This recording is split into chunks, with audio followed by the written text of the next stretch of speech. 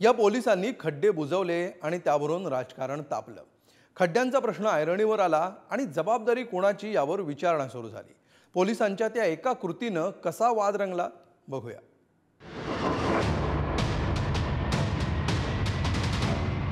हे पोलीस बघ, हातात नेहमीची काठी नाहीये, तर हातात फावडा आणि खमेला। हे पोलीस दादा चक्क रस्त्यावरचे खड्डे बुजवताय।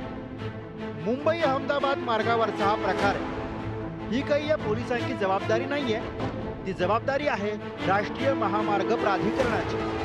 पण कुणीच लक्ष देईना, तर खाकीने हा सुद्धा भार स्वतःवरच घेतला। रस्त्यावरती जे खड्डे आहेत हे खड्डे जास्तच मोठ्या प्रमाणात वाढत चाललेले आहेत आणि सगळ्यात महत्त्वाचं म्हणजे मोठे खड्डे होत असल्यामुळे वाहतुकीचं प्रमाण सुद्धा जास्त आहे आणि त्याप्रमाणे छोटे मोठे जे वाहन आहेत हे मोठ्या खड्ड्यांच्या मध्ये अडकून राहतात। त्या खड्ड्यांच्या मध्ये आम्ही रॅपिड काय म्हणजे मार्गदर्शनाखाली ते रॅपिड टाकून घेतला आणि त्याच्यामुळे आता सध्या वाहतूक थोडी सुरळीत होत आहे। पोलिसांची हीच कृती कॅमेऱ्यात कैद झाली आणि त्यावर आरोपांच्या फैरी झडल्या। ठाकरेंच्या शिवसेनेचे जिल्हा प्रमुख पंकज देशमुख यांनी हा व्हिडिओ ट्विट केला आणि सवाल केले। शासनाने जे काँक्रिटीकरणाचं काम सुरू केलं आहे त्यामुळे जवळजवळ 4 महिने लोकांचे या विभागातील मुंबईला जाण्यासाठी 4 ते 5 तासाचा ट्रॅफिकचा त्रास सहन करावा लागत आहे।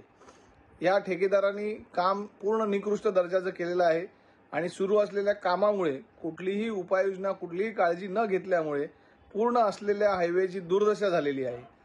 पोलीस खड्डे बुजवतात। काल पण मी ट्विट केलं होतं, आज पण मी ट्विट केलेलं आहे। हा भयानक प्रकार झालेला आहे। काल आम्ही नॅशनल हायवे 48 मला वाटतं तिथे बघितलं, पालघर जवळ, आणि हे काही ठिकाणी होतंय की पोलीस बिचारे खड्डे बुजवत आहेत। हे मुळात त्यांचं कामच नाहीये। कॉन्ट्रॅक्टर कुठे आहेत मूळ हे बघायला पाहिजे। कॉन्ट्रॅक्टर एक तरी आपल्याला सापडलाय का असा की जो तिथे खड्डे बुजवला गेलेला आहे? खड्ड्यांचा प्रश्न काही आजचा नाही। दरवर्षी पावसाळ्यात खड्ड्यांचा प्रश्न पावसाळ्यातल्या बेडकांसारखं डोकं वर काढतो। धोधो पाऊस पडला की त्याची चर्चा होत राहते आणि पाऊस गेला की पुन्हा येरे माझ्या मागल्या। आता मुंबईच्या हृदयात दादरमध्ये पडलेले हे खड्डे बघ। आपण मुंबईतील अत्यंत महत्त्वाच्या ठिकाणी म्हणजे दादर टीटी सर्कल या ठिकाणी उभे आहोत आणि या ठिकाणी पाहायचं झालं तर जगन्नाथ नाना शंकरशेठ उड्डाणपुलाखाली भला मोठा खड्डा आहे तो पाहायला मिळतोय। याच खड्ड्यातून वाहन चालकांना पुढे जाण्यासाठी एकच भली मोठी कसरत आहे ती करावी लागते। हा खड्डा नाना शंकरशेठ उड्डाणपुलाखाली महत्त्वाच्या सर्कल म्हणजे दादर टीटी सर्कल या ठिकाणी असून एखादा दुचाकीस्वार जोरात गेला तर याच खड्ड्यामध्ये पडून कुठेतरी त्याला दुखापत देखील होऊ शकते याची भीती आहे। आता महानगरपालिकेकडून मुंबईतील खड्डे बुजवत असताना या खड्ड्याचा नंबर कधी येतोय आणि हा खड्डा कधी बुजवला जातोय हे देखील पाहणं महत्त्वाचं ठरणार आहे। मुंबई आणि खड्ड्यांचं नातं तसं जुनं आहे, पण मुख्यमंत्री शिंदे ज्या ठाण्यात राहतात तिथेही काही कौतुक करण्यासारखी परिस्थिती नाही। मी सध्या भिवंडी नाशिक महामार्गावरती आहे आणि या मार्गावरती मोठी वाहतूक कोंडी सध्या पाहायला मिळते। त्याचं कारण म्हणजे या महामार्गावरती पावसामुळे पडलेले मोठमोठे खड्डे। खारेगाव टोल नाका ते भिवंडीपर्यंत ही वाहतूक कोंडी जी आहे ती मोठी झालेली आहे। याचा फटका रुग्णवाहिकांना देखील पडतोय। त्याचप्रमाणे कंबरदुखीचे पाठदुखीचे त्रास देखील या वाहन चालकांना झालेले सगळे हे प्रवासी जे आहेत ते सांगतात। जी अवस्था मुख्यमंत्री असलेल्या शिंदेच्या ठाण्याची, तशीच अजितदादा पालकमंत्री असलेल्या पुण्याची आणि तशीच फडणवीसांच्या नागपूरची। पुण्यात आज सकाळपासून पावसाला सुरुवात झाली आहे। पुण्यातला हा टिळक रस्ता आहे। महापालिका मात्र पाऊस झाल्यानंतरच जे ड्रेनेजचे खड्डे आहेत, रस्त्यावरचे खड्डे आहेत ते बुजवायचं काम करत असल्याने नेमकं हे टिकणार कसं असाही प्रश्न आहे। बऱ्याच महिन्यापासून हा प्रकल्प रगडलेला आहे। इथून पूर्ण हा जो सिमेंट रोड झालेला आहे इकडे वाहतुकीची कोंडी होते। संध्याकाळी 7 वाजता यायचं तर तुकोजी पुतळ्यापासून म्हणजे मानेवाडा चौकापासून इथपर्यंत यायला 1-1 तास लागतो। रस्त्यामुळे एकच प्रॉब्लेम होत आहे की हा जो रस्ता आहे खूप उंच केलेला आहे आणि वस्तीमध्ये खूप पाणी साचत आहे। सगळ्यांच्या घरात पाणी शिरत आहे। आज हे काय करावं आम्ही हे एवढं सांगा, कारण की जायला रस्ते नाही, इकडनं पाहाल तिकडनं रस्तेच नाही, सगळे रस्ते खोदून ठेवलेले आहे।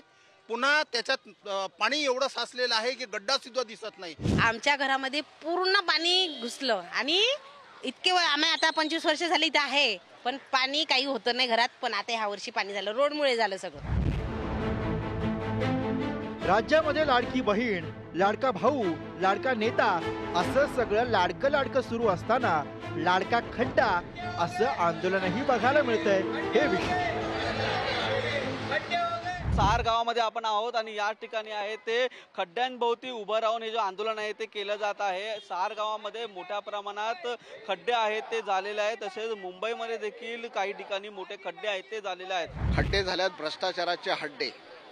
किती तुम्ही आंदोलन करा, किती त्याच्यामध्ये मीडियामध्ये आवाज उचला, पण हे जे BMCचे भ्रष्ट अधिकारी आहेत त्यांची गेंड्याची कातडी आहे सर. त्यांना काही फरक पडत नाही आहे. किसने कितना काम किया ये बेजुबान सड़कें बोलती है. किसने कितना काम किया ये बेजुबान सड़कें बोलती है. काम करे ना करे कोई भ्रष्टाचार के अड्डे बोलती है. हे कमी की काय म्हणून काँग्रेसने कुलाब्यातल्या खड्ड्यांभोवती रांगोळीही काढली आणि भ्रष्टाचाराविरोधात आसूडही ओढला.